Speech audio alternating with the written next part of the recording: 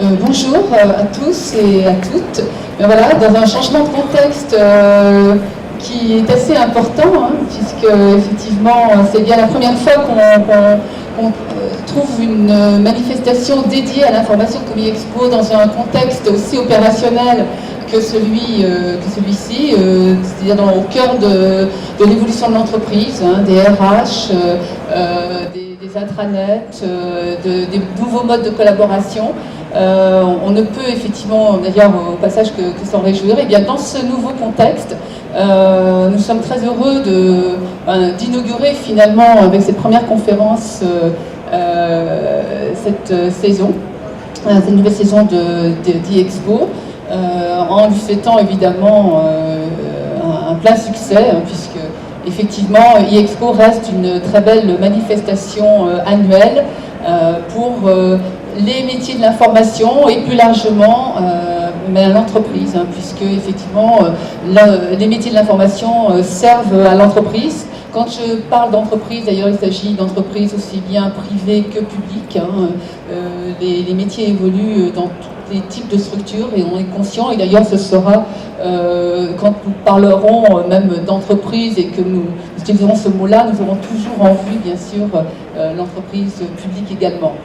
Est une structure spécialisée dans la veille et l'intelligence économique et scientifique. Donc on est au cœur des métiers de l'information, au cœur des besoins clients, hein, qui sont les clients étant principalement des entreprises, plutôt des grandes entreprises qui ont une culture de l'information qui reste quand même très, très forte.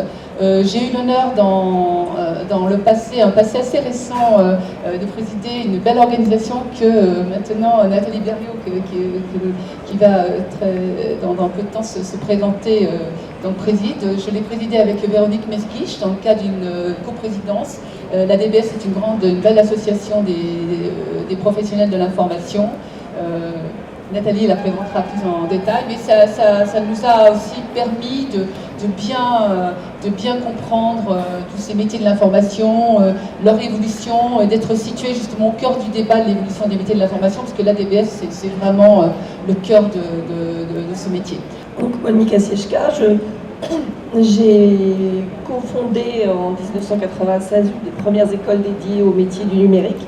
Et en 1996, les métiers liés à l'Internet, il fallait quand même arriver à expliquer que ce seraient des vrais métiers. C'est une école qui s'appelle l'Institut de l'Internet et du Multimédia, qui est au pôle universitaire à La Défense et qui aujourd'hui compte 1200 étudiants, plus les accréditations, et 800, enfin plus de 1000 anciens maintenant, tous dans le numérique. Je suis également consultante sur les programmes de formation numérique, aussi bien en formation initiale que formation continue, notamment sur l'organisation et les MOOC, les SPOC, enfin tout ce qui est autour de l'organisation du numérique. Et j'ai également un doctorat Paris-Saclay sur les sciences de l'information et de la communication, et notamment mon sujet principal porte sur la collaboration sur les réseaux sociaux avec les marques. Je me définis comme designer et entrepreneur. Je co-dirige à Knowledge Plaza au niveau de la stratégie et de l'innovation. Mon métier consiste à être sur le terrain, dans des conférences, mais aussi à développer des outils, donc pas seulement une technologie pour l'employé, mais également des outils de facilitation. Donc j'ai développé le Knowledge Sharing Canvas, qui est un outil un peu comme le Business Model Canvas, qui permet de définir en fait un flux de partage de connaissances. Et je vais lancer un outil qui s'appelle aussi le Double X, qui est un petit outil pour définir les besoins que vous avez quand vous collaborez. Et donc voilà, il n'y a pas que le numérique, il y a aussi l'analogique, et on va en parler aujourd'hui. Je suis Benoît Maille, je travaille à la Chambre de commerce et d'industrie de Paris, Paris-de-France maintenant, depuis 20-25 ans à peu près dans le monde de l'information pour les entreprises, l'information plutôt économique, les entreprises plutôt les PME et les TPE, mais pas exclusivement. Et donc j'ai connu sur cette période, en dehors des différentes sessions d'e-Expo, qui s'appelait d'été autrefois, j'ai connu différentes phases du métier de l'information, puisque j'ai commencé dans une grosse structure documentaire, un gros centre de documentation, qui produisait des bases de données importantes, donc une structure un peu lourde, hiérarchique et très structurée. Et puis ensuite, j'ai évolué vers des métiers de prestation d'information à façon pour le compte des entreprises. Maintenant, depuis quelques années, je suis de plein pied dans l'intelligence économique, plus particulièrement actif sur la veille, mais également dans les autres domaines, les autres facettes de l'intelligence économique. Je suis Nathalie Verriot, donc je vais me présenter doublement. Je suis professionnellement coordinatrice d'un réseau documentaire en psychiatrie qui porte un nom incroyable qui s'appelle Ascodopsy. C'est un réseau qui comprend une centaine d'établissements psy français et on met en place de la collaboration entre les différents établissements pour donner de l'information aux médecins et aux professionnels soignants. Et puis à titre bénévole, donc comme le disait Anne-Marie Lindemann, je suis présidente depuis juillet de l'association ADBS, que peut-être vous connaissez, qui est une association qui a plus de 50 ans maintenant et qui est une association de professionnels de l'information. Donc c'est le nom que l'on donne à tous ces métiers que sont les documentalistes, chargés de veille, etc. Enfin tous ces noms-là, on les a regroupés derrière cette expression professionnelle de l'information et quelquefois de la documentation. On est 3000 adhérents et on est en France et aussi dans tous les secteurs de l'entreprise, de l'organisation publique, privée. Notre objectif essentiel est d'accompagner les évolutions professionnelles des acteurs de l'infodoc. Donc c'est vrai que pour faire ça, on fait de la formation, pas mal. On a des éditions, on publie une revue, des ouvrages. Et on est aussi actif dans le domaine qui pourrait intéresser également l'autre salon d'à côté, les RH, c'est-à-dire dans la production de référentiels des métiers et des compétences. Puisqu'effectivement, pour nous, c'est quelque chose d'extrêmement important de bien identifier les compétences qui sont les nôtres, parce que des fois, elles ne le sont pas du tout. Je suis Denis Deschamps, je travaille à la Chambre de commerce et d'industrie de région Paris-Île-de-France, où je dirige l'Agence régionale d'information stratégique et technologique Paris-Île-de-France, donc l'ARIST Paris-Île-de-France, qui a pour mission d'accompagner les entreprises et les collectivités dans leur démarche d'innovation et d'intelligence économique et stratégique à travers des prestations spécialisées. Donc je travaille en lien avec Benoît Maille, ici présent, mon collègue, et avec grand plaisir et pour le plus grand bénéfice des entreprises et des collectivités que nous accompagnons. J'ai entendu dans ce tour de table plusieurs mots qui vont être les termes du débat en fait. J'ai entendu le mot contexte, j'ai entendu le mot compétence, j'ai entendu le mot bénévolat aussi, qui est un mot qui est intéressant de relever parce que il va être difficile de ne pas évoquer toute la question du digital labor, qui est quand même une nouvelle question. Alors pour ce qui est du contexte, et je me permets de compléter ce que dit Anne-Marie, c'est que vous n'êtes pas sans savoir qu'aujourd'hui, nous sommes dans ce contexte du big data, ou même au-delà, on est dans la smart data, qui se traduit par la montée en puissance de la performance algorithmique. Donc, plus les choses vont, plus c'est l'algorithme qui fait l'information, qui va chercher la data, qui transforme la data en information. Donc ça c'est une chose extrêmement importante et impactante pour nos métiers d'information. C'est important parce qu'aujourd'hui, toute l'économie est numérique. Il n'y a pas de partie de l'économie qui est numérique, tout le monde fait de l'économie numérique. Et autre chose importante, c'est que la connaissance n'est pas une aussi, elle est fragmentée, et en plus elle est déstructurée, totalement déstructurée, autour de ce que maintenant on appelle les data lakes, qui autrefois, il y a une dizaine d'années, on a parlé de data warehouse. Et les spécialistes sont là, ils sont importants pour aller chercher cette data déstructurée au sein de ce data lake et pour en faire quelque chose qui est de l'information stratégique. Alors, première question sur l'évolution du contexte, Anne-Marie, quelle est la question qu'il faut poser? Alors effectivement, dans ce contexte, bon, il est devenu très banal de dire que chacun maintenant a accès à l'information. Alors, d'un point de vue d'un professionnel de l'information, quelle est la valeur ajoutée maintenant que peut apporter un professionnel de l'information dans ce contexte où l'on doit finalement chaque jour maintenant justifier son expertise de façon de plus en plus affirmée. Le contexte de transformation complète de l'économie que l'on connaît et que les professionnels de l'information en tant qu'acteurs de l'économie connaissent et connaissent de façon très forte parce qu'ils sont au cœur de la société de l'information, vous le savez bien, donc ils sont encore plus touchés par cette transformation de tous les outils liés à l'information, transformation des business, de nouveaux modèles d'affaires. On connaît Airbnb, Uber, etc. On parle de libéralisation des métiers de l'information, transformation des modes de travail avec des outils de travail à distance, de collaboratif, etc., le partage des documents. Donc, un contexte où le numérique, en fait, est devenu le cœur de métier de beaucoup de métiers, et notamment les professionnels de l'information. Comment peuvent-ils tirer leur épingle du jeu? Quelle est la valeur ajoutée qu'ils peuvent apporter? Je crois qu'ils doivent savoir traiter une information massive dans un temps très bref. C'est vraiment l'enjeu de plus en plus, avec l'accélération des circuits d'information, c'est l'enjeu pour les professionnels d'information. Je pense qu'on peut l'analyser à deux regards. À titre personnel, ça demande une très bonne maîtrise, elle n'est pas nouvelle, des différentes phases de traitement de l'information, depuis l'amont au niveau du sourcing, c'est-à-dire l'identification des sources pertinentes, le choix des corpus d'informations analysés, la décision sur les modes de traitement et les outils d'analyse, de text mining, d'indexation de l'information, etc. Toute la partie analyse, là, je pense qu'on est plus dans une phase de travail humain que d'outils d'automatisation. Là, vraiment, le cœur de la valeur ajoutée, je pense, des professionnels de l'information. Et puis après, le choix également des outils de visualisation et de rendu de l'information auprès des commanditaires, utilisateurs, clients, quel que soit en fonction du contexte. Donc ça, je pense que c'est cette maîtrise de l'ensemble de la chaîne que doivent avoir les professionnels de l'information aujourd'hui par eux-mêmes, et vis-à-vis de leurs clients, vis-à-vis de leurs interlocuteurs, je pense qu'ils doivent les aider à mieux maîtriser leur environnement informationnel. Parce qu'on le connaît tous, même nous en tant que spécialistes de l'information, c'est de plus en plus difficile de maîtriser tous ces outils pour qu'ils fonctionnent au même moment, à quel moment de la journée les utiliser.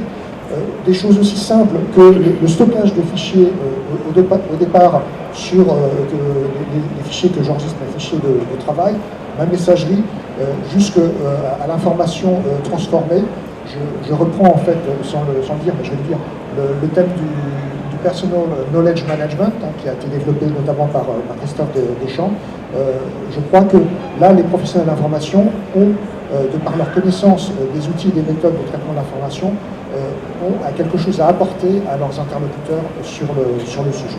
Je me suis demandé, quand on ouvre un salon sur la médecine, si on se posait la question à quoi servent les médecins?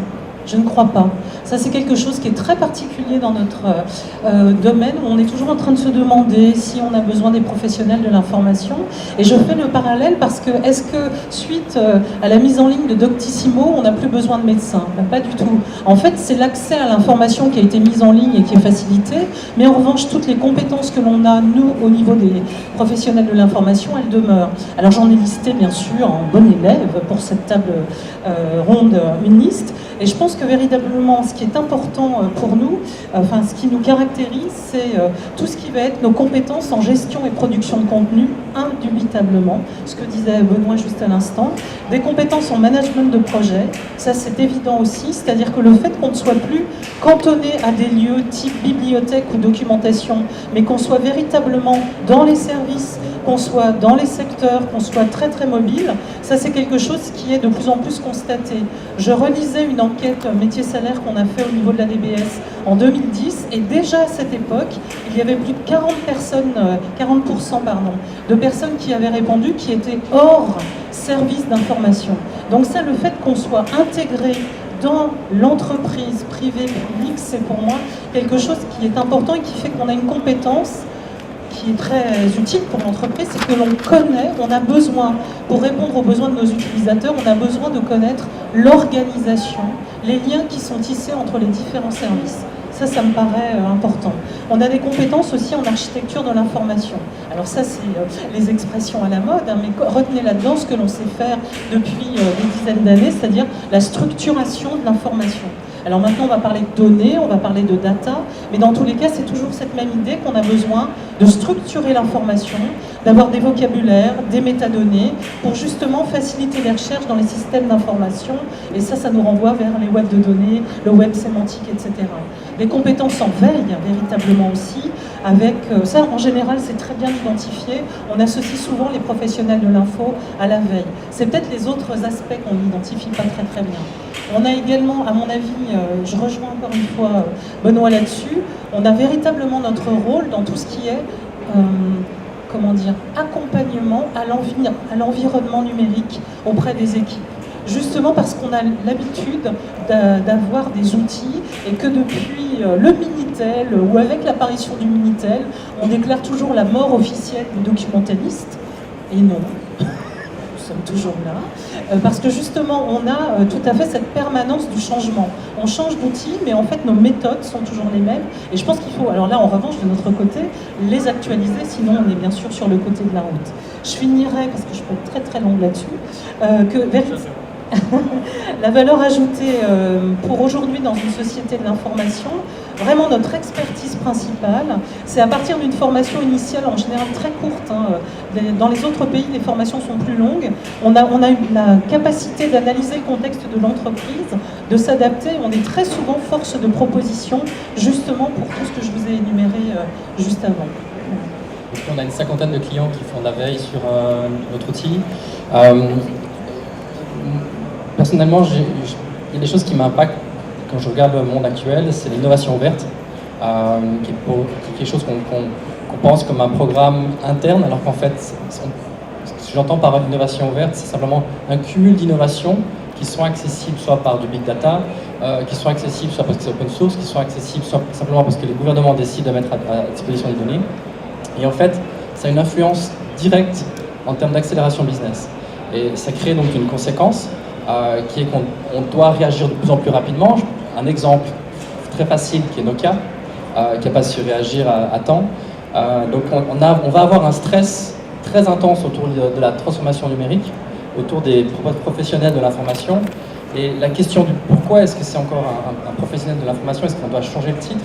La question c'est est-ce que c'est un professionnel du changement, est-ce que c'est un professionnel de l'innovation, est-ce que c'est un professionnel de la connaissance, est-ce que c'est un professionnel de la veille? J'étais à Londres la semaine passée, il disait est-ce qu'on a besoin d'un Chief Collaboration Officer? Parce qu'en fait, une information aujourd'hui, c'est un état, mais quand on veut qu'elle soit assimilée, entendue, intégrée et qu'il y ait des résultats tangibles, il faut une collaboration ou une coopération active. Et donc le rôle, suite à tous ces changements on va dire facteurs environnementaux, je pense aussi aux nouvelles énergies renouvelables, etc., ça va être de monter en fait à un niveau stratégique sur l'ensemble des compétences métiers, verticales, commerciales, par rapport à l'impact du digital. C'est-à-dire que le digital comme une valeur stratégique. Et pour terminer, la conséquence, donc, c'est une multidisciplinarité qui veut dire qu'on est à la fois un peu graphiste, à la fois communicant, à la fois technicien. Donc quand on ne l'est pas, il faut faire appel aux autres. Et ça veut dire qu'il faut définitivement des plateformes pour soutenir, mais aussi surtout des rencontres internes pour simplement casser les peurs, réduire ce qu'on appelle le techno-stress, qui est quand même bien présent en entreprise. Il me semble qu'on est quand même dans une situation assez inédite en entreprise. Alors moi j'ai plutôt la vision de l'entreprise privée, mais on est quand même pour moi dans un défi absolument inédit par rapport aux attentes de l'entreprise. Je pense que le professionnel de l'information aujourd'hui a une pression énorme pour être d'une rentabilité absolument maximale. Et que finalement, on lui applique un petit peu les mêmes règles que quand on fait un ROI, un calcul de retour sur investissement pour on achète un outil par exemple, et on lui applique exactement les mêmes exigences. Ce qui fait que il y a actuellement, et c'est peut-être pour ça, pour aussi répondre à ta question Nathalie, est-ce qu'on doit se justifier? Oui, on doit effectivement prouver notre valeur en temps réel et de façon permanente est très difficile parce qu'effectivement on ne peut pas s'installer dans des process. C'est quelque chose qui est devenu impossible. Et là, je dirais qu'il faut effectivement mettre en garde peut-être des professionnels qui ont commencé par faire de la gestion et qui continuent à considérer finalement l'information comme uniquement une question de processus de gestion.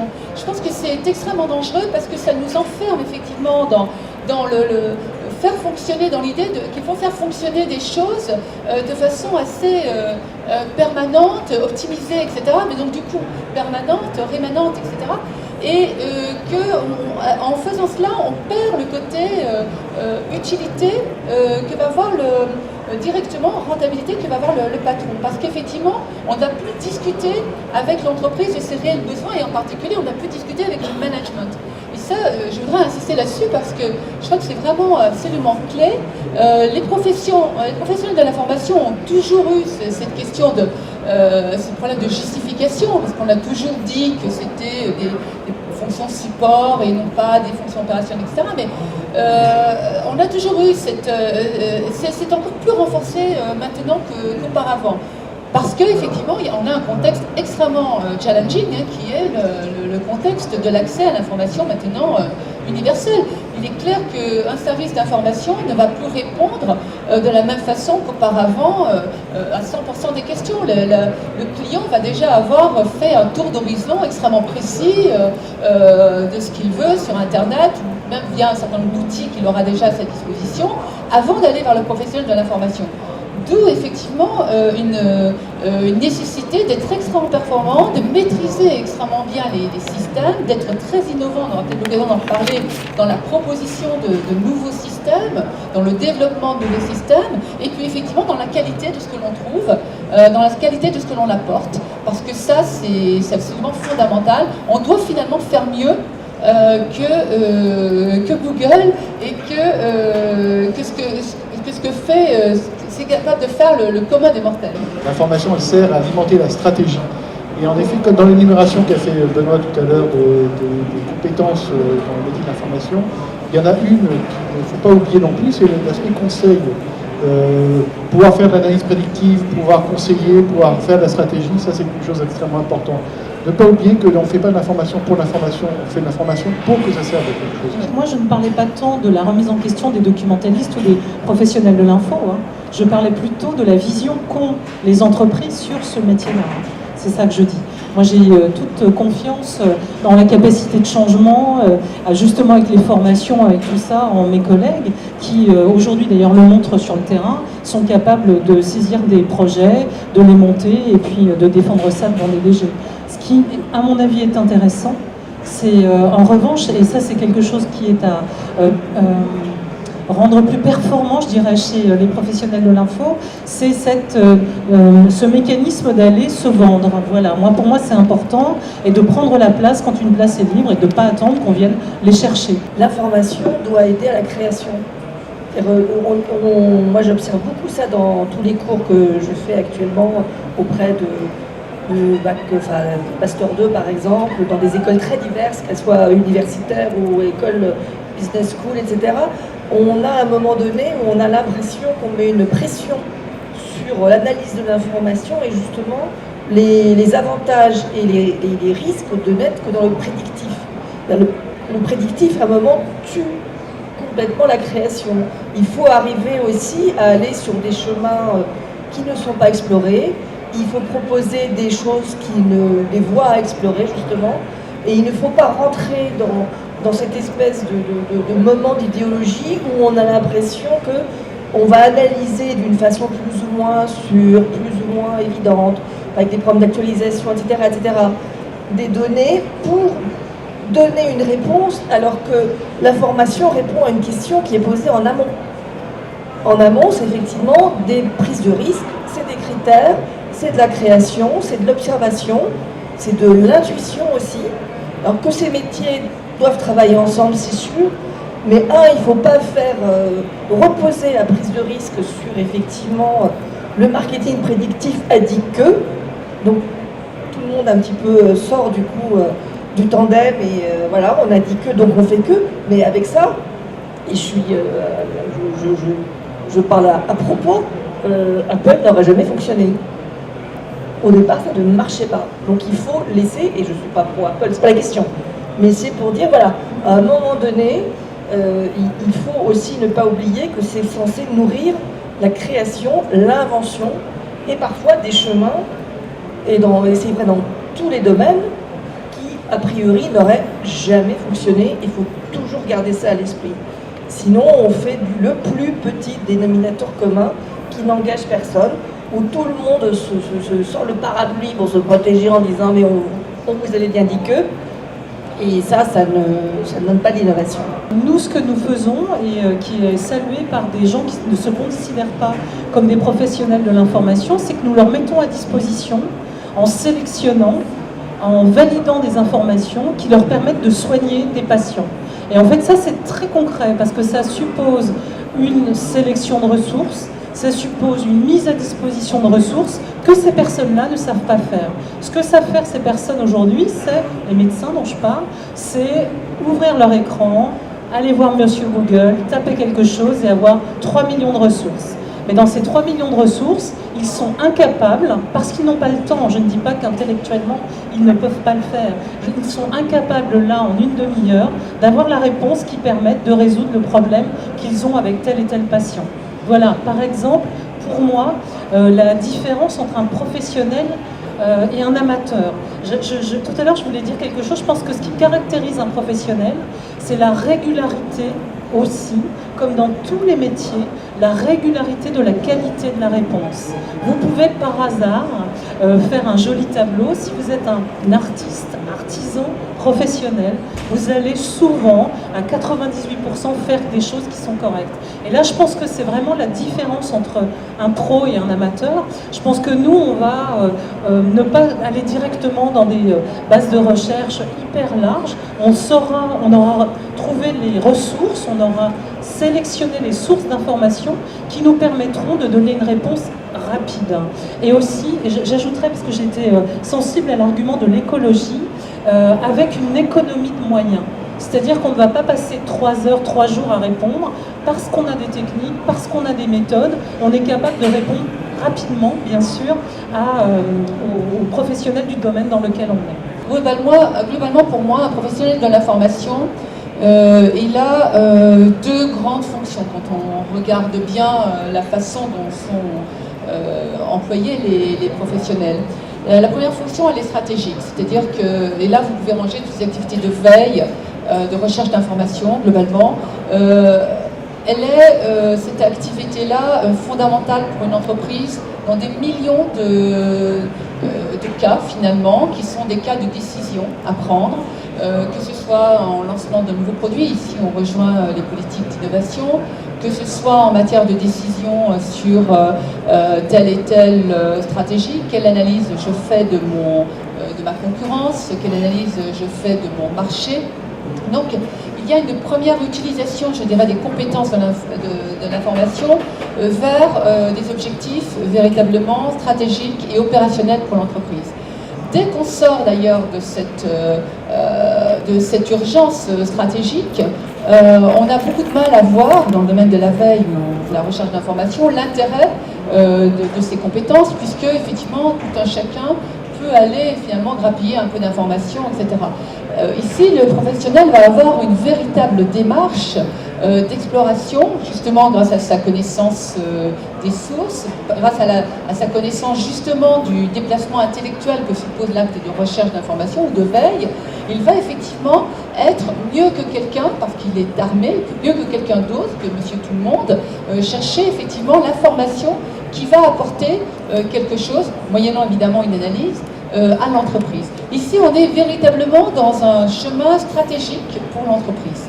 Je crois que ça, c'est très important. Alors, ça suppose évidemment que d'avoir, et c'est aussi quelque chose qui, pour les professionnels de l'information, constitue un défi quotidien, c'est de discuter en permanence avec le management et avec l'utilisateur de son information. Et là encore, à partir du moment où ça va s'arrêter, où ce dialogue ne va pas exister de façon entière, pleine, permanente, il y a un risque justement que ces compétences ne soient plus aussi valorisées et utilisées. Donc, dans cet aspect-là, moi, je pense que à supposer qu'un professionnel soit effectivement capable de maintenir ce lien avec l'entreprise, sa stratégie, ses objectifs opérationnels, il y a une vraie valeur ajoutée pour le professionnel. Mais cela suppose effectivement un aller-retour constant entre ce qu'il produit, entre la façon dont il l'évalue et la façon dont la direction, le management l'évalue. Et ça paraît très important. Après, il y a aussi, et c'est pour ça que je crois que c'est un métier extrêmement complet et qui peut être complexe et souvent perçu de façon complexe, il y a un aspect technique aussi très important, d'emploi technique, je dirais, pour le professionnel, où là on va être plus soit dans des développements système où il aura un rôle de maîtrise d'ouvrage, une assistance à maîtrise d'ouvrage.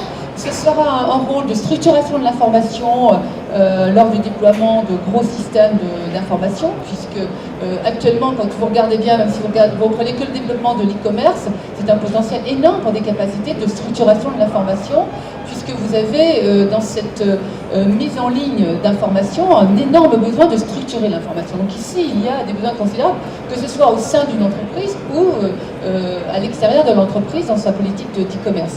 Donc pour moi, et là, effectivement, le dialogue sera peut-être moins avec le management dans un échange permanent, mais ce sera un dialogue avec les équipes techniques de l'entreprise, avec les responsables de business, etc., sur des projets, tout ça. Donc si vous voulez, il y a effectivement toujours une difficulté assez grande à caractériser de façon immuable et permanente un professionnel, puisque le professionnel va apporter des compétences qu'il va mettre au service d'enjeux extrêmement variés, qui soient éminemment stratégiques ou alors beaucoup plus techniques pour une entreprise. Comment mettre en lien tous ces gens dans une entreprise étendue, dans une entreprise libérée des contraintes organisationnelles traditionnelles? Comment fait-on? Donc le problème, c'est qu'on a deux courants opposés. On a d'un côté la DSI qui est sur des programmes architecturaux très très impressionnants, de type l'implémentation d'un CRM, la suppression de 45 boutiques. De l'autre côté, la mise en place de SAP avec toute la nouvelle suite complète de tout ce que ça signifie. De l'autre côté, les lignes métiers qui veulent 45 nouveaux petits outils parce qu'ils ont testé ci, ils ont testé ça, ils ont une urbanisation complète, population complète de micro-besoins. Et en plus, comme ces outils facilitent leur vie, ils n'ont plus besoin d'informaticiens parce qu'ils sont intelligents. Donc on va avoir devant nous des années de tension naturelle, intrinsèque, avec des besoins qui sont légitimes de toutes parts. À la fois de la partie DSI, sur les grands projets architecturaux, puis à la fois sur tous ces nomades qui se trouvent être envoyés au fin fond de la France avec juste un véhicule et puis un téléphone portable et qui doivent être ultra performants. Parce que le consommateur attend cette performance, le citoyen attend cette performance. Donc c'est là où il faut gérer cette tension. Et pour moi, le rôle du professionnel de l'information vient clairement essayer de soulager ça. Il me semble qu'on pourrait faire un parallèle pratiquement entre l'attitude qu'ont pu avoir certains informaticiens, en tout cas certaines directions informatiques, et puis l'attitude de certains centres de documentation. Je pense qu'auparavant, tout le monde passait par des directions informatiques, il n'y avait pas le choix, on n'avait pas le droit d'installer le moindre outil qui sorte de ce qui était effectivement recommandé, approuvé par le haut. C'était un petit peu la même chose sur l'information, puisque effectivement les gens ne pouvaient obtenir de l'information que par aussi un organisme centralisateur qui était le centre de documentation. Et maintenant, effectivement, aussi bien sur l'un que sur l'autre, on a des gens qui peuvent accéder eux-mêmes finalement à ce qu'ils veulent. C'est-à-dire que dans le cas informatique, effectivement, ils peuvent s'installer des outils et s'ils ne le font pas, de toute façon, dans le cadre de l'entreprise, de leur ordinateur professionnel, ils le feront et ils l'amèneront dans leur ordinateur personnel. Pareil pour finalement les professionnels, on peut avoir, quels que soient finalement les professionnels en place, un accès à l'information. Donc là, effectivement, ça demande pour moi un changement complet d'attitude de ces professionnels qui sont informaticiens ou professionnels de l'information. Ça demande vraiment de commencer à regarder le travail collaboratif autrement et puis effectivement de sortir de cet aspect centralisé. Actuellement, il se passe plein de choses partout dans le domaine de l'information dans toute l'entreprise, ça irrigue absolument vraiment l'ensemble des services. Les gens voient des outils qui peuvent les aider pour se procurer telle ou telle information, pour mettre en place telle petite veille, etc. Il va falloir être extrêmement mobile quand on est professionnel de l'information, discuter avec tout le monde et aider tout le monde finalement, peut-être en conservant une certaine politique quand même pour l'entreprise et pour l'intérêt de l'entreprise, mais aider tout le monde à résoudre son problème. Mais on est actuellement on est sorti des bastions traditionnels, aussi bien dans le domaine de l'informatique que dans le domaine de l'information, me semble-t-il. On parle beaucoup de ce qui se passe dans l'entreprise, ce serait bien l'entreprise étendue, qu'elle soit étendue ou pas, mais à côté du salariat de l'information, il existe d'autres formes d'activité, tout ce qui est freelancer, tout ce qui est digital labor, et ça c'est quelque chose qu'on doit prendre en compte, et c'est que l'économie de plateforme peut prendre en compte. On a pas mal de cabinets de conseil qui travaillent directement avec leurs clients de manière collaborative. C'est assez rare qu'effectivement les entreprises aujourd'hui outillent correctement avec leurs consultants, c'est-à-dire que l'entreprise étendue, qui n'est pas seulement les employés officiels, mais les employés aussi externes. Il y a tout aussi une question du transfert de la connaissance, c'est-à-dire d'un consultant, d'un indépendant qui travaille sur un programme. Comment est-ce qu'il peut repartir avec la connaissance aussi qu'il a accumulée dans la société? Parce qu'on a parlé de transformation. Des fois, il faut mettre des gens très, très profilés, très atypiques pour répondre sur 6 mois, sur une mission très, très courte. Avec la connaissance qu'ils ont accumulée, est-ce qu'ils ont le droit de la retransmettre ailleurs? Donc il y a une problématique de mobilité physique, mais de mobilité aussi des données entre entreprises. Et je pense qu'on n'en est pas encore là. J'espère qu'au niveau gouvernemental, cette notion transverse entre les différents départements, de comment est-ce qu'il y a de connaissances accumulées, de bonnes pratiques, à la fois sur le plan individuel, au niveau de l'équipe, mais aussi au niveau des départements, qui peut être transmise. On a des problèmes. Je conseille la lecture du rapport Terrasse, si tu veux me parler. Donc il y a des enjeux qui sont infinis et des projets potentiels.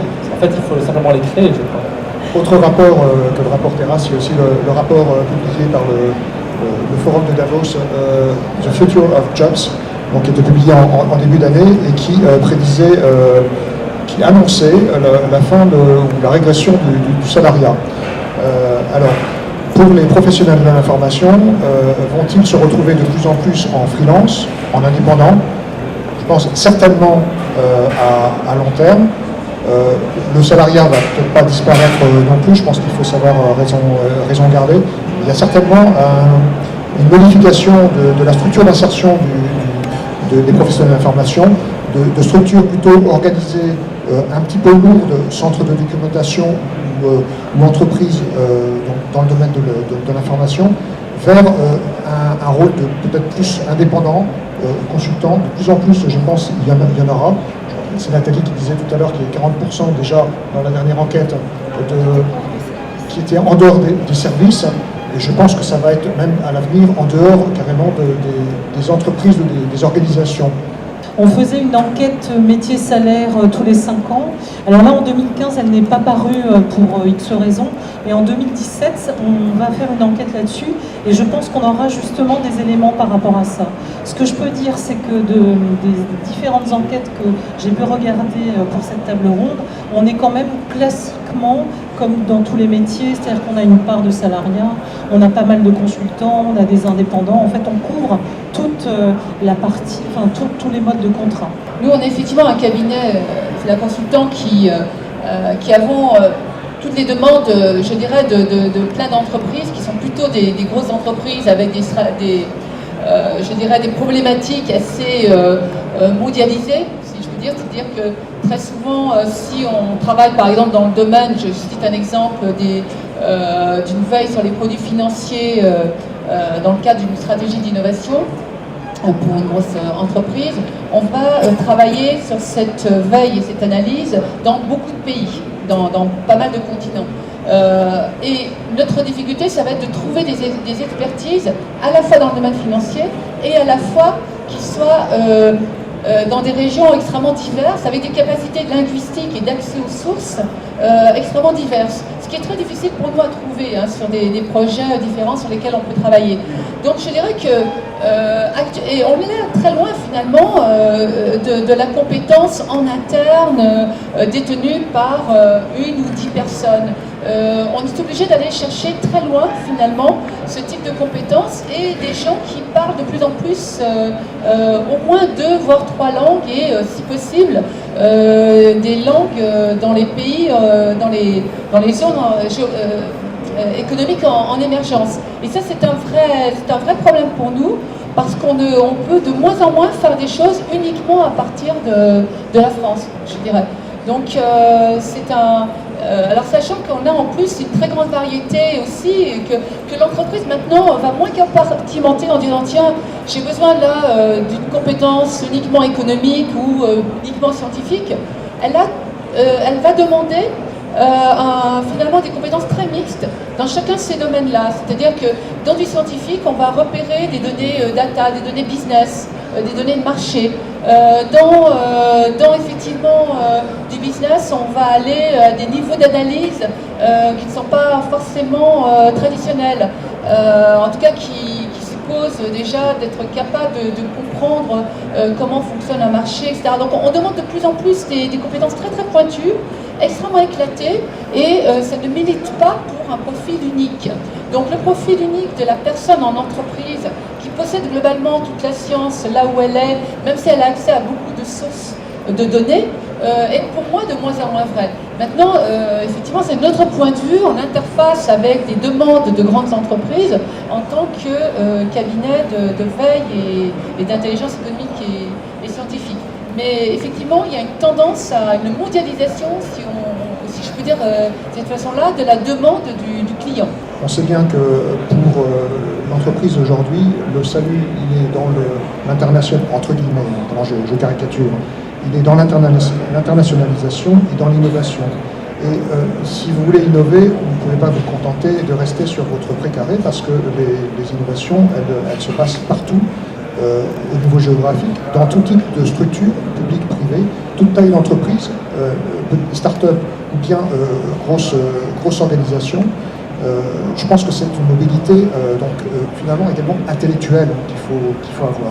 Je pense qu'aujourd'hui, les pros de l'info savent que ça n'est plus possible, et donc c'est plus du tout les postures qu'ils ont. Ça, je crois que c'est bien clair pour tout le monde. En fait, ce qui nous motive, je ne l'ai pas dit tellement pour moi c'est d'une évidence, mais la feuille de route d'un documentaliste, d'un professionnel de l'info, c'est l'utilisateur. Donc nous, on tourne en fonction de la stratégie et de l'objectif de l'entreprise. Ça, c'est très clair. C'est-à-dire que si aujourd'hui on doit faire, je ne sais pas, une recherche sur tel sujet, on l'a fait. Si demain c'est autre chose, aucun problème là-dessus. Pour moi, c'est très important. Justement, ce qui est intéressant avec un métier comme ça, avec des gens qui sont avec ces compétences-là, je dirais, c'est que de plus en plus nos métiers sont des métiers de passation de connaissances, d'accompagnement, et on dit souvent que ce sont des médiateurs de l'information. Donc finalement, nous, ça ne nous intéresse pas du tout de garder la connaissance. Nous, on est des passeurs de savoir, des passeurs d'information. C'est vraiment dans cette posture qu'on se place, et notre intérêt et notre connaissance des sources, elle n'est utile que si effectivement nos utilisateurs, je dirais, peuvent les utiliser presque sans nous. Si on est très bon, je dis souvent ça à mes collègues, si on est très bon, finalement, les gens ne viennent pas nous voir. Parce qu'en fait, ils utilisent les outils, les plateformes, les bases de données, les produits de veille que nous avons mis en place. Et nous, on est côté cuisine. C'est très important pour moi d'avoir bien ça, de dire ça là maintenant, parce qu'effectivement, si on associe les pros de l'info à captation, c'est que là on a une vision de mon point de vue des années 50, enfin avant Internet, avant tout ça. C'est très important, on est vraiment placé ailleurs maintenant, dans l'accompagnement. Quand je disais tout à l'heure on est dans des projets, c'est justement toutes ces méthodes qu'on apporte, c'est la capacité, la transférabilité de ces connaissances qu'on donne aux personnes qui sont dans ces groupes-là. Et à la limite, on peut être en amont des projets, en aval, mais on n'a pas besoin d'être là tout le temps et de faire la petite main pour faire la recherche d'informations ou pour monter la base. Il y a une guerre économique claire entre Google, Facebook, pour maîtriser non seulement la communication mais l'information. On a parlé de Big Data, le big data, il se nourrit de quelques réseaux. Il ne se nourrit pas de millions de réseaux. Factiva se nourrit de la presse, mais qui se nourrit de quelques réseaux. Donc, il y a Facebook, tel que vous le connaissez, il y a le Facebook du futur. Si on regarde le Facebook du futur, ça va devenir une plateforme de messagerie et de paiement. Et donc, en tant que documentaliste, le problème, c'est que vous allez avoir, par exemple, si vous travaillez pour une compagnie d'aviation, ils vont dire « Ah ben, c'est simple, maintenant les tickets, ça passe que par le système de messagerie de Facebook. » Ce qui est le programme que Facebook veut mettre en place. C'est-à-dire que l'utilisateur transporte son ticket via le système de messagerie. Alors, ça peut paraître bizarre, on réunit des choses qui sont a priori qui ont rien à voir ensemble, alors qu'en fait, si, pour des raisons business, pour des raisons d'accélération, tout à coup, le système de paiement, c'est le système de messaging de Facebook. Pourquoi? Parce qu'il y a un composant d'intelligence artificielle, parce qu'on connaît vos goûts, on connaît vos destinations, on connaît plein de choses au niveau business qui vous permettent. Donc tout à coup, au niveau documentaliste, c'est là quoi? Je vais devoir insérer mon contenu qui était structuré d'une telle façon dans ma fac, qui était tout bien organisé, dans ce petit truc mobile. Donc il y a un problème de portabilité qui va se mettre en place, il y a un problème de langage qui va se mettre en place, il y a un problème de est-ce qu'on l'accepte ou pas, est-ce qu'on a fait quoi avec la plateforme actuelle. Donc les enjeux autour de l'accumulation entre données et paiement, interaction utilisateur, avec toujours cette problématique, mais l'utilisateur, qu'est-ce qu'on en fait, sans parler des problèmes de data allocation, c'est un sujet qui est sans fin, mais en tout cas, il est là, et je pense qu'on peut encore en débattre, je passe la parole là-dessus. On a parlé de l'évolution du contexte, on a parlé de l'évolution des métiers. On ne sait pas très bien quels sont les métiers de demain, mais justement, quelles sont les formations pour des métiers de demain qu'on ne connaît pas? On parle tout le temps de nouveaux métiers, bien sûr. Les métiers, les compétences sont en évolution continuelle et c'est pas fini et c'est tant mieux par ailleurs. À mon avis, l'enjeu le plus compliqué, le plus difficile, c'est effectivement de casser les secteurs de métiers, d'arriver, une fois qu'on a dit qu'il faut travailler ensemble, comment est-ce qu'on peut former dans des domaines cloisonnés, et puis ensuite dire, que ce soit en formation continue ou en formation initiale, et ensuite dire, maintenant vous allez tous travailler ensemble. C'est extrêmement difficile, c'est compliqué parce que les reconnaissances de diplômes, que ce soit encore une fois en formation professionnelle ou non, sont extrêmement fermées, et du coup, on a du mal à faire travailler en équipe, même si on sait qu'il y a aussi une politique d'entreprise, qu'elle soit grande ou moyenne, où au contraire, on casse le cloisonnement avec des côtés qui sont un petit peu la table de ping-pong, et puis vous avez la crèche, et au bout d'un moment, ça a du sens aussi par rapport à travailler l'entreprise. Moi, les 3/4 des jeunes que je vois, et j'en vois vraiment à des niveaux extrêmement différents, qui sont en université, qui sont en grandes écoles, etc., sont à la fois très mercenaires, et à la fois très attirés par justement ces espèces d'entreprises qui proposent autre chose aussi. Alors ça peut avoir du temps aussi à travailler chez soi, ou pas, voyager, etc. Mais le décloisonnement des compétences est absolument extrêmement important. C'est ce qui fait la richesse de l'entreprise, et c'est pour casser justement les charniers un petit peu dont on parlait tout à l'heure, en disant que chacun est dans son coin et personne ne passera. C'est de longue haleine, c'est pas facile, et les systèmes de formation que je respecte amplement ne vont pas dans ce sens-là non plus. Donc ça va être le gros enjeu, vraiment l'énorme enjeu des périodes qui viennent pour tout le monde, absolument tout le monde, quel que soit l'usage. Il y a quand même quelque chose qui me paraît quand même évident, c'est que vu l'obsolescence de plus en plus rapide de nos compétences, du fait de ce tourbillon des outils, des méthodes de travail, je pense qu'il faut cumuler, il est bon d'apporter à la fois des méthodes et des outils. Je sais que quand j'ai fait ma formation il y a 25 ans de cela, en tant qu'étudiant, ce qu'on attendait, c'était des formations aux outils techniques, informatiques. On était souvent un petit peu frustrés. Et puis je me rappelle, je constate maintenant avec l'expérience que les outils c'est bien, mais il en faut, mais il faut aussi le recul nécessaire, le jugement, et les méthodes sont indispensables. Donc la méthodologie, c'est quelque chose vraiment de fondamental. Et également le fait d'apprendre à apprendre. est-ce que du fait donc, de cette obsolescence de plus en plus rapide des outils, il faut être capable de passer de l'un à l'autre. Et je pense que les professionnels de formation doivent être moteurs là-dedans, ils doivent se prendre en charge, ils ne doivent pas attendre nécessairement qu'on leur fournisse les formations, que leur employeur les envoie en formation. Il faut aller vers ce qui est les nouveaux services qui sont proposés, les tester, il faut s'auto-former, il y a plein de nouveaux modes de formation du type MOOC, enseignement à distance, et bien les tester pour se mettre au fait de la question et en permanence entretenir ses compétences et son employabilité. Nous, au niveau de la DBS, on est un organisme de formation où on se pose beaucoup de questions parce que jusqu'à présent, on avait des stages en présentiel.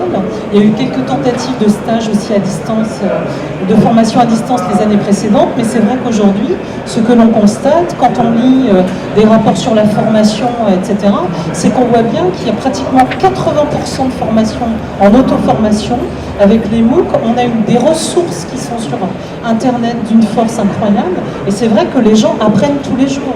Enfin, les pros de l'info, mais tout le monde, vous tous qui êtes là, vous apprenez tous les jours quand vous allez sur Internet.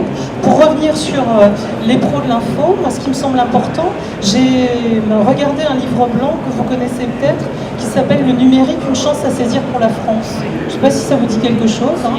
Ça a été fait par CGI, 4 grandes écoles. Et en fait, il y a 4 compétences aujourd'hui, je les ai notées là, dont la possession est accentuée à l'ère du numérique et qui est vraiment nécessaire aux salariés pour être efficace. La première, technique, c'est la capacité à maîtriser les outils numériques. Je pense que nous, on est vraiment là-dedans. Deuxième, informationnel, je vous appelle bien la suite. Capacité à évoluer dans l'ère de l'information massive et immédiate. C'est ce qu'on fait tous les jours. Encore une fois, avec cette idée que nous, on peut trouver, mais ce qui est le plus important, c'est qu'on peut retrouver. Ça paraît idiot, mais combien d'entre nous ont envoyé des informations à des utilisateurs qui, 2 mois après, nous disaient « Est-ce que tu peux me renvoyer le doc? Je ne sais absolument pas où il est. » Et effectivement, savoir gérer son stock d'informations, le personal knowledge management, moi je suis complètement là-dedans aussi. Donc 2, informationnel. 3e, relationnel. Capacité à interagir avec les personnes. On fait ça tout le temps. Je veux dire, un documentaliste, un professionnel de l'info, il est bien plus efficace à prendre un café autour de la machine à café, je plaisante, mais à peine, que d'indexer un bouquin, de le mettre dans une base de données. Ce qui est plus important, c'est de comprendre pourquoi il est là et en quoi il va servir les intérêts de ses utilisateurs. Donc là, cette capacité à interagir, elle est évidente. Et enfin, métacognitive, grand mot pour la fin, capacité à être critique sur son travail et apprendre à apprendre. Et c'est vrai que ce qui nous est renvoyé, à savoir, est-ce que vous êtes toujours au top, est-ce que vous êtes toujours en capacité à, je pense qu'on s'en sort si on suit le conseil de Benoît, c'est-à-dire qu'on n'est plus fixé sur les outils, mais on est fixé sur la méthodologie. Et pour moi, je pense que c'est vraiment ça qu'on doit donner, avoir dans les formations. Bien sûr, on a besoin d'outils qui sont à disposition en 2016, en 2015, etc. Mais ça, ce ne sont que des supports, de mon point de vue, pour notre propre réflexion. Je prends un exemple et après je passe la main. Je suis dans un réseau où en fait dans les hôpitaux psychiatriques, souvent les gens dont on ne veut plus, on les met à la doc, pire aux archives. Quand on vous met aux archives, alors là c'est que vraiment ça va mal. Mais quand déjà vous êtes à la doc, c'est que vous êtes mal barré. Et on voit bien en fait, alors évidemment nous on les intègre, on est organisme de formation, on fait de la formation pour nos collègues qui arrivent. Et en revanche, ce qui est très intéressant, c'est de voir qu'il y a une différence entre nos collègues qu'on va pouvoir former et ceux qui ont une formation plus longue. C'est-à-dire que ceux qui vont avoir une formation plus longue de plusieurs années, plus académique, vont avoir la capacité de se remettre en cause justement, d'apprendre à apprendre, de se dire tiens aujourd'hui j'ai cette méthode, cet outil est pas mal, mais tiens dans 2, voilà c'est plus bon. Et on est capable de faire ça. Alors qu'on voit bien qu'avec des collègues qu'on intègre, on est à un niveau, je dirais, de créativité moindre. Et ça c'est aussi pour militer sur la nécessité d'avoir des pros qui sont formés. Alors soit formation initiale, hein, bien sûr, soit une fois que vous êtes rentré dans le métier, une formation en tout cas qui tienne la route. Pour moi ça me paraît important. Mais donc on est, à mon avis, complètement adapté, on est même suradapté à la société de l'information. finalement, les documentalistes, les professionnels de l'information sont partis d'une grande expertise en matière de systèmes d'information via l'interrogation de gros serveurs assez complexes à interroger, puisque à l'époque on n'avait aucune interface HTML, etc. Donc on était vraiment dans le dur, je dirais, et pour ceux qui sont là et qui ont connu cette époque, on était vraiment dans la construction de recherche d'informations au plus haut niveau, en sachant utiliser effectivement des systèmes dans lesquels personne ne pouvait rentrer sans formation assez longue. On est parti de cette, je dirais, de ce moment-là où, à mon avis, enfin, les professionnels étaient extrêmement qualifiés.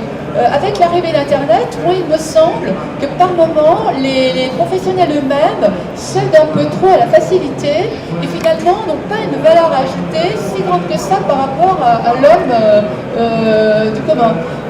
Parce qu'effectivement, je pense qu'un professionnel doit continuer à se distinguer du non-professionnel, et il ne peut le faire qu'avec justement une supériorité technique très forte, une capacité à intégrer les outils, à aller les chercher, à aller les mettre en œuvre, à aller les suggérer et les proposer à sa hiérarchie, ce que je ne vois pas trop souvent. Je vois plutôt des cabinets extérieurs préconiser les outils et ensuite des gens qui essayent de se mettre sur les projets plutôt que d'être leader. Alors je voudrais, bon, c'est l'appel des réponses ou des objections, mais c'est un sentiment que je vois et je le vois très bien en voyant plein de CV qui m'arrivent et en faisant des interviews pour essayer de capter des compétences. J'ai parfois un petit peu de mal à comprendre où est la valeur ajoutée parce que moi j'ai besoin de gens qui, par exemple, sachent extrêmement bien manipuler des outils, en trouver de nouveaux, savoir les conjuguer avec d'autres, parce qu'actuellement, par exemple, si on prend le web, petit détail, pour essayer de maîtriser le web, c'est extrêmement complexe actuellement en termes de veille, en termes de recherche. C'est à la limite encore plus complexe que de faire des interrogations sur des serveurs ad hoc qui ont été créés pour cela. Donc je voudrais quand même, effectivement, on va laisser la place à la question, mais je voudrais dire que cette exigence technique, il ne faut pas l'oublier, il faut toujours l'avoir en tête. En gros, soyez quand même, enfin à mon avis, si j'ai un conseil à donner, c'est d'être d'un niveau supérieur techniquement à son client. Parce que c'est quand même parfois pas si... voilà. Et le client a quand même l'avantage de bien connaître sa problématique, etc. Donc, qu'est-ce que le professionnel va lui vendre? Moi, par exemple, j'aimerais beaucoup que les professionnels aillent beaucoup dans la visualisation des données, dans tous les outils de visualisation des données. Actuellement, j'ai du mal à trouver des formations, par exemple en France, pour des gens que j'ai envie de former justement à la visualisation des données. Ce qui me paraît très important par rapport aux clients et aux demandes clients. Et pour moi, il y a un certain nombre de trous là-dedans. Voilà, c'est une impression personnelle. Si on supprime les accréditations, ça veut dire qu'il y a un apprentissage perpétuel, ce qui est le cas avec les réseaux sociaux d'entreprise. On essaie de faire donc de l'influence et de faire de la micro-formation en amenant les employés à consulter certains documents. Donc il y a toute une question de est-ce que l'employé est suffisamment responsable, autoresponsable pour être attentif, déjà prendre connaissance que cette forme qu'il peut apprendre, se donner du temps pour assimiler cette information, et le faire dans un timeline, c'est-à-dire le faire de manière partagée pour être dans le ensemble. Parce que le problème, c'est pas tant d'apprendre soi-même, c'est d'apprendre, si possible, de manière synchrone avec ses collaborateurs. Parce que, mine de rien, on a toujours une question de priorité, et c'est très sympa d'avoir un collaborateur qui se forme sur un sujet. Si c'est pas le bon moment, on va juste lui dire, mais écoute, je reconnais, enfin, ouais, c'est sympa, mais moi, j'ai pas besoin que tu saches ça maintenant. Maintenant, j'ai juste besoin que tu t'occupes du CRM, sérieusement. J'ai pas besoin que tu t'occupes de mon ERP ou je sais pas quoi. Donc, la notion d'alignement, elle est quand même fondamentale. Et je pense que quand on parle d'apprendre à apprendre, il y a une notion socratienne derrière, qui est simplement de se dire, en étant conscient de ce que les uns et les autres sont en train d'apprendre avec des objectifs bien en vue, on n'a plus besoin d'accréditation parce que quelque part on est simplement dans le flux du projet où on apprend de manière inconsciente ou consciente, mais en tout cas ensemble, et on arrive simplement à faire le projet. Donc la notion quelque part de formation, on doit simplement se glisser pour appuyer le changement, Et le plus proche elle est dans le flux du moment, le mieux c'est. Donc, et en même temps, paradoxalement, il y a des études de fond qui doivent être faites, des apprentissages de fond qui ne peuvent être faits que sur la durée et de manière asynchrone. En tout cas, dans le milieu dans lequel je suis, hospitalier, psy, etc., on a vu plutôt pas mal de bibliothèques ou de centres de documentation, parce que c'est encore très centré comme ça, qui étaient en péril et qui n'ont vu leur survie, je dirais, que parce que justement, ils ont pris le train en marche, ils sont sortis des produits, ils sont raccordés à la stratégie de l'entreprise. Mais nous, enfin moi, ce que je constate, c'est plutôt que si on n'est pas spécialisé, on a tendance justement à faire un l'amalgame. Je vais pouvoir me débrouiller en allant sur Internet, je n'en ai plus besoin, etc. Sur les MOOC, il y a beaucoup de choses à dire dessus. Il y a vraiment de quoi faire au moins une conférence. Il y a plusieurs choses. La première chose, c'est comment ont commencé les MOOC. C'est aux États-Unis. Le MIT a commencé à lancer les MOOC. C'est en fait une forme d'accès à l'apprentissage sans certification. On parle des accréditations. Mais de globalisation de l'apprentissage. Les MOOC, c'est compliqué parce qu'il y a un taux de...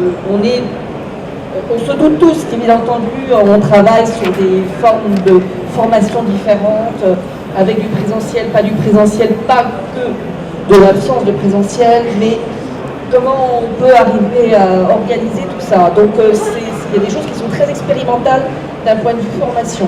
Ensuite, si les anglo-saxons se sont mis là-dessus, c'est parce qu'il y a des marques très fortes.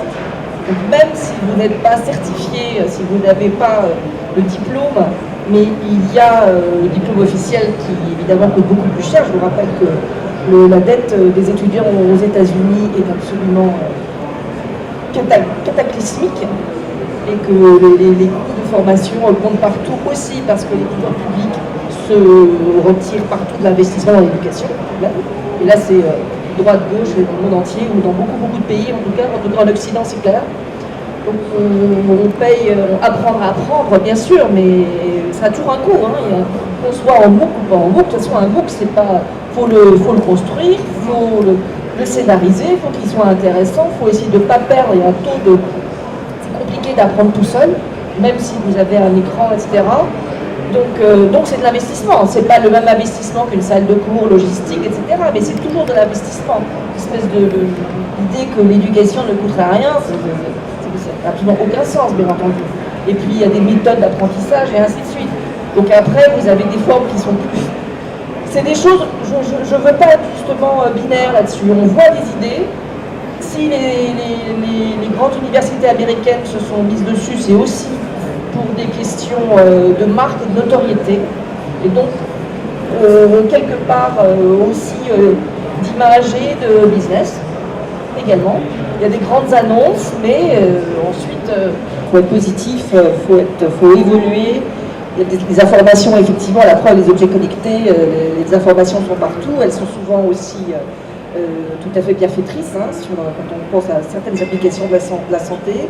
Elles peuvent être dangereuses, donc je reprends tout à fait ce que je vous disiez, c'est-à-dire qu'il faut, dans nos métiers, essayer de garder un œil effectivement surplombant et enrichi, parce que bien sûr, on sait très bien que d'un côté, les données santé sont extrêmement importantes, d'un autre côté, recoupé avec le coût des mutuelles, ça peut donner autre chose.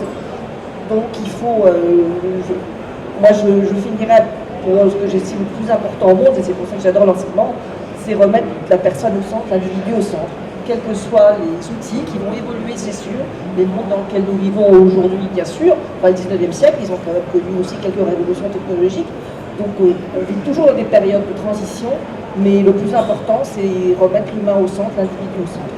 Je crois que le débat, il sera toujours de savoir ce que l'on apporte à l'entreprise. Pour moi, et c'est pour ça qu'on ne trouvera, il ne faut pas rester sur des mots fermés.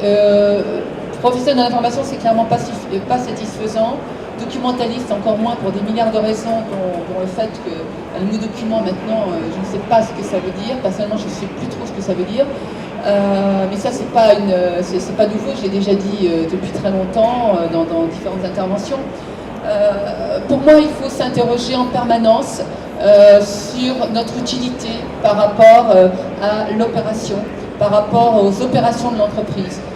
On est là pour mettre à disposition des contenus comme d'autres ne savent pas le faire. On est capable d'aller les chercher, d'aller les structurer pour qu'ils puissent être assimilés, et uniquement pour qu'ils soient assimilés, parce que la structuration pour la structuration, ça ne sert à rien. Encore une fois, chaque opération que l'on fait doit servir à quelque chose. Et ça paraît très simple à dire, mais dans la réalité, je trouve que les gens s'enferment trop vite dans des processus qui n'ont plus aucune valeur pour les entreprises. D'où le danger pour les professionnels de l'information.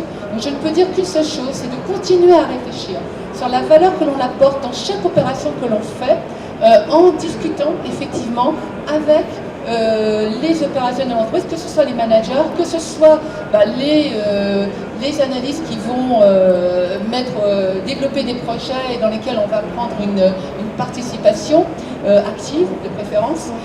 Donc pour moi, il est toujours dans ce dialogue. Notre combat n'est pas terminé. Ce dialogue avec l'entreprise, avec le management et ses objectifs doit absolument continuer. C'est pour moi la condition de la survie de la profession. Donc, alors après, effectivement, la formation, elle est très importante. Il faut pouvoir se démarquer, il faut être meilleur que les autres, mais avant tout savoir pourquoi on fait les choses et en discuter avec les gens qui vont payer pour ces choses. Si on devait se dire quelle est l'expertise principale d'un professionnel de l'information, moi ce que j'ai envie de dire, c'est vraiment que c'est un professionnel qui comprend les enjeux de son environnement de travail. C'est-à-dire que c'est tout sauf de quelqu'un d'isolé, c'est véritablement quelqu'un qui est intégré au cœur du système. C'est quelqu'un qui s'adapte aux besoins des utilisateurs, donc ça suppose une grande souplesse. Et en fait, je vous donne juste cette anecdote, quand des fois au niveau de mon réseau, on se dit tiens, on va faire ça pour les utilisateurs et on n'est pas content, on dit tout le temps ok, on fait tester, et en fait c'est l'utilisateur qui sait si c'est bon ou pas. Comme ça, on arrête d'avoir des discussions sur mais si je t'avais dit il fallait le faire en rouge, en vert. Non, lui il veut bleu, ok, nous on trouve ça vraiment moche, mais c'est bleu. C'est lui qui sait. Donc c'est vraiment important de s'adapter aux besoins des utilisateurs et de savoir se positionner dans un collectif avec d'autres spécialistes. Parce que je pense que ce qui est vraiment important, c'est de comprendre que nous, on a une spécialité, mais il faut rendre à César ce qui est à César, c'est que nos utilisateurs sont des spécialistes de leur domaine. Et donc chacun son métier, et c'est là où, à mon avis, le collaboratif, il atteint son acmé. C'est vraiment là où on est le plus fort. Je pense aussi que l'expertise principale, c'est la capacité à déployer ce fonctionnement collaboratif où les utilisateurs interviennent de plus en plus. Je pense que véritablement, encore une fois, les utilisateurs, si on fait de bons systèmes, n'ont pas besoin de venir nous voir et nous, on est derrière, dans la cuisine.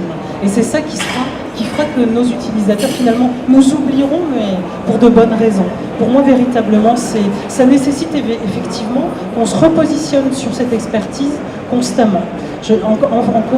Pour aller dans le sens de ce que disaient Monica et d'Anne-Marie, on travaille effectivement pour un client, un utilisateur, et on vient alimenter leur système. On ne fait pas une base de données pour nous, on fait une base de données qui doit être utile, ou un système, quel qu'il soit, qui doit être utile à nos utilisateurs. Si demain, cet outil n'a plus aucun intérêt, c'est fini, on oublie. Pour moi, c'est vraiment la feuille de route, l'utilisateur qui nous amène à avoir de nouvelles expertises, justement pour nous. Ce que je dis à mes enfants, je vous dis, et en tant que professionnel d'information, finalement, lorsque je suis venu, je leur dis, la première chose que vous devez savoir, c'est ne vous fiez jamais à l'information. Don't believe the hype. Intéressez-vous à la connaissance. C'est la seule chose qui compte.